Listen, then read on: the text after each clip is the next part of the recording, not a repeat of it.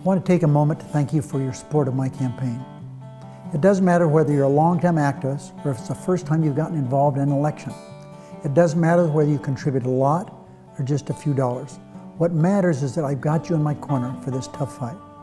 We're up against spirited and well-funded opposition, and I see how powerful they are here in Nevada, where national right-wing groups are flooding our airwaves with attack ads.